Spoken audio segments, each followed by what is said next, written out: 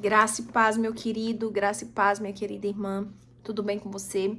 Eu queria trazer para você uma meditação de algo que tem queimado meu coração nesses dias, que está em Atos dos Apóstolos, que 4, né, que diz assim, ó: respondendo, porém, Pedro e João lhes disseram: julgai-vos se é justo diante de Deus ouvir-vos antes a vós do que a Deus, porque não podemos deixar de falar do que nós temos visto e ouvido.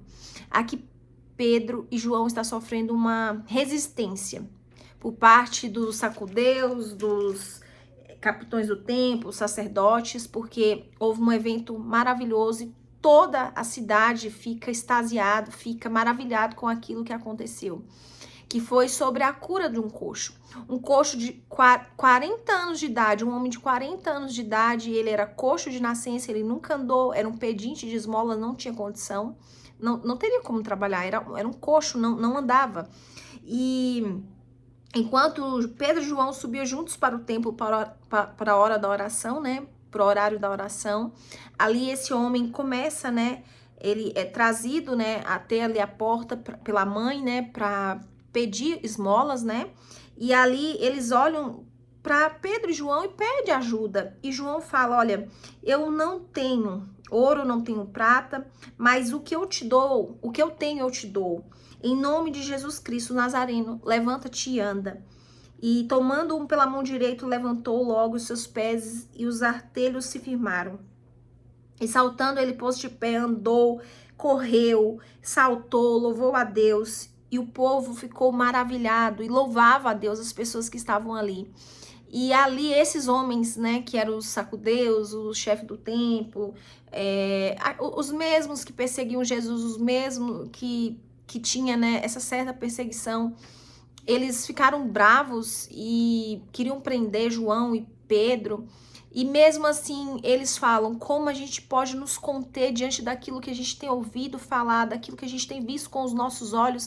Nós acabamos de sair de uma realidade onde que o nosso mestre foi para uma cruz, o mestre foi morto, mas ele ressuscitou, nós os vimos, e ele agora está sentado à destra de Deus Pai, e nós recebemos poder do alto ali em Pentecostes. Veio um fogo do céu, onde homens e mulheres falavam línguas de todas as nações, todos os países.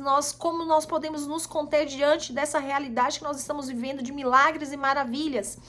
E eu acho que é o tempo que o Senhor está avivando de novo a igreja dele, o povo dele, a ver sinais e maravilhas, milagres, para que a gente seja como Pedro e João e não se contenha diante de toda a maravilha, toda a grandeza, tudo o que está acontecendo. E Deus está dizendo: não se contenham diante de tudo aquilo que você tem visto e ouvido, diante da terra, mas também diante da palavra dele. E é um tempo que o Senhor nos sacode a dizer: abra tua boca, fale de mim, proclame a mim, porque assim como Jesus diz, arrependei-vos, porque o reino de Deus está próximo.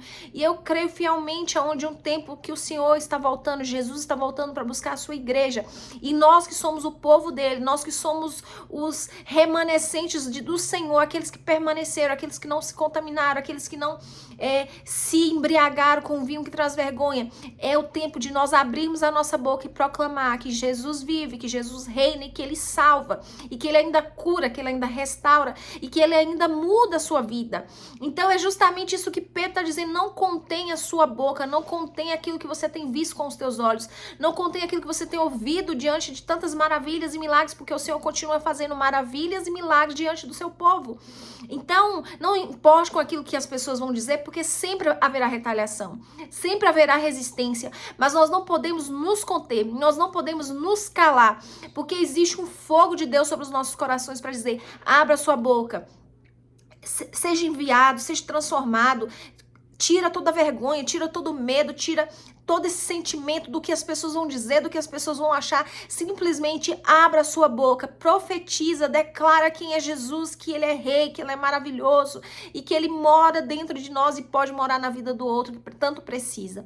Então pessoas precisam, assim como esses homens se maravilharam, louvaram a Deus pela vida desse coxo, pela vida do milagre que através de João e Pedro que se colocou. Não era João, não era Pedro fazendo algo, mas era o poder de Deus que havia sobre eles, era a autoridade de Deus que havia sobre ele. E não vai ser eu que vou fazer, não vai ser o fulano do meu lado que vai fazer, mas é a autoridade de Deus que há sobre nós, porque quando nós nos disponhamos para o Senhor, Ele vai e faz. Porque o Senhor tem prazer em realizar obras e milagres através de um vaso de barro, através de um vaso simples como nós, mas que nos colocamos à disposição do Senhor. Então o Senhor diz nesse dia, abra a tua boca, não se contenha, não se contenha diante de tudo aquilo que você tem visto e ouvido das grandezas de Deus, porque pessoas precisam ouvir disso, pessoas precisam saber disso.